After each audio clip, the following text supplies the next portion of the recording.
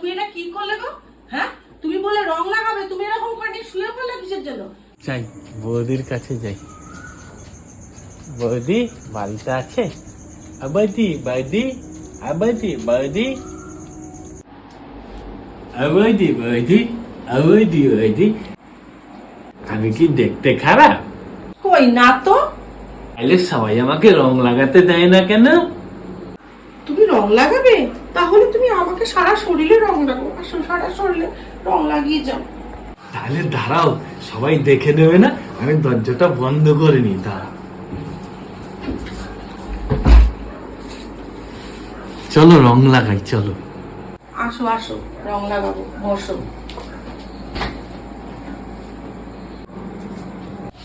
এই তুমি এটা কি করলে গো? হ্যাঁ, তুমি বলে রং লাগাবে, তুমি এরকম করে নিয়ে শুয়ে পড়লে কিসের জন্য? তুমি এটা কি করলে? হ্যাঁ, আরে তুমি কি বৌদি, করলে? আমার কাছে তো পয়সা নেই, তাই আমার পিচকারিতে যেটুকখানি রং ছিল আমি সেটা ঢেলে দিলাম তোমার গায়ে। তুমি যখন তোমার পিচকারির রং ঢালবেই, তাই এই কাজটা করতে গেলে কেন? তাহলে তুমি আমাকে বলতেই পারতে, আমি তোমার বৌদি হই, তোমাকে এমনিই আমি দিয়ে দিতাম। তুমি এইভাবে করে নিয়ে শুতে গেলে কেন?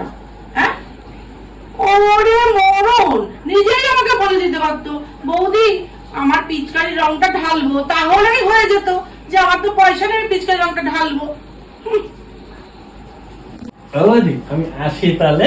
এই দাঁড়াও দাঁড়াও দাঁড়াও দাঁড়াও দাঁড়াও, একটু দাঁড়াও।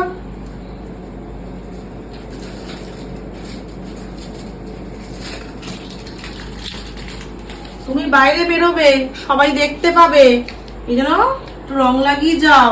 যে তুমি আমার কাছে এসেছিলে রঙই লাগাতে, না হলে তো লোকে উল্টো পাল্টা ভাববে না। আবার লোকের তো ভাবার শেষ নেই। ঠিক আছে। তোমার যে পয়সা নেই পিচকারি দিয়ে, তাই তুমি বৌদির কাছে রং দিয়ে গেলে, সেটা তো আর কেউ দেখবে না।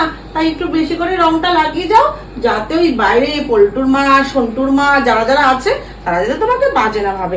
আর বৌদি তো, বৌদির কাছে রং দেওয়াই যায় পিচকারি রং। ঠিক আছে, যাও যাও যাও। আসি আসি আসি। শুনুন,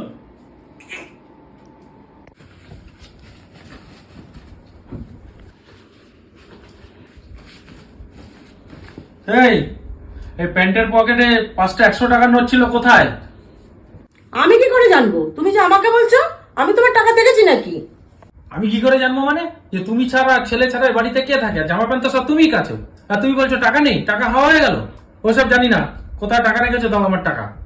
এই তুমি কি বলতে চাইছো সবসময়? তোমার টাকা আমি নেই? ফালতু লোক একটা। ওর টাকা পয়সা সবসময় আমি নেই। ও কিছু না পেলে সবসময় আমাকে ধরবে। ছেলে আছে ঘরে, তুমি আছে ঘরে, নকশার কথাবার্তা বলে। ওর যত টাকা পয়সাগুলো, মানে ও আমাকে চোর ভেবে নিয়েছে। ও না পেলে কিছুই, ওর সঙ্গে সঙ্গে আমাকে ধরবে। ফালতু একটা লোক। যখনই যা কিছু না পাবে, ওর টাকা, ওর পয়সা, আমার খেয়ে দিয়ে কাজ নেই, খাওয়া দিচ্ছে, পড়া দিচ্ছে, ওর টাকা দেবে কি করবো?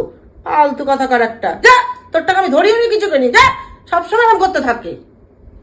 ঠিক আছে ঠিক আছে, তুমি অত রাগ করছো কেন? আমি বলেছি বলে কি তোমার রাগ করতে হবে?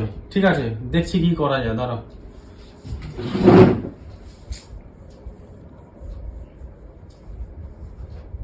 সবসময় এরকম করবে, আবার মাথায় হাত দিয়ে বসেছে। ওর টাকা পয়সা আমি নিয়েছি। ফালতু কথাকার একটা। এই জামা কাপড় এবার থেকে আর ধোবো না। তোর জামা কাপড় থাকবে পরে। শয়তান লোক কথাকার। আমি সব করে দেবো, আমি ধোবো, আমি কাচবো, সবকিছু করবো, টাকা পয়সা নিচ্ছে, আমার বসে বসে বিড়বিড় করছে। বদমাস কথাকার একটা। ফালতু লোক, যা। ফালতু। আমি এবার থেকে আর কিছুই ধোবো না, কিচ্ছু করবো না। কি হলো, মাথায় হাত দিয়ে বসে রয়েছে কিসের জন্য?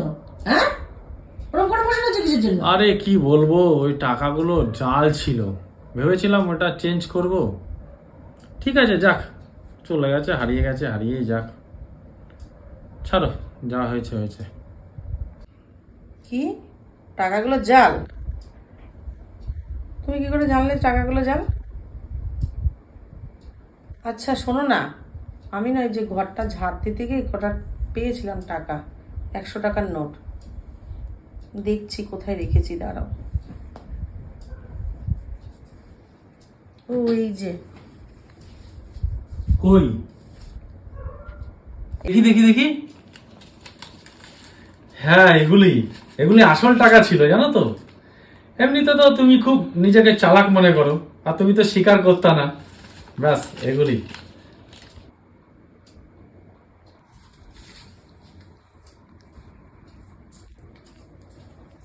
ফালতু লোক, চালাকি করে টাকাটা নিয়ে নিয়েছিস তো, পরে দেখাবো তোকে।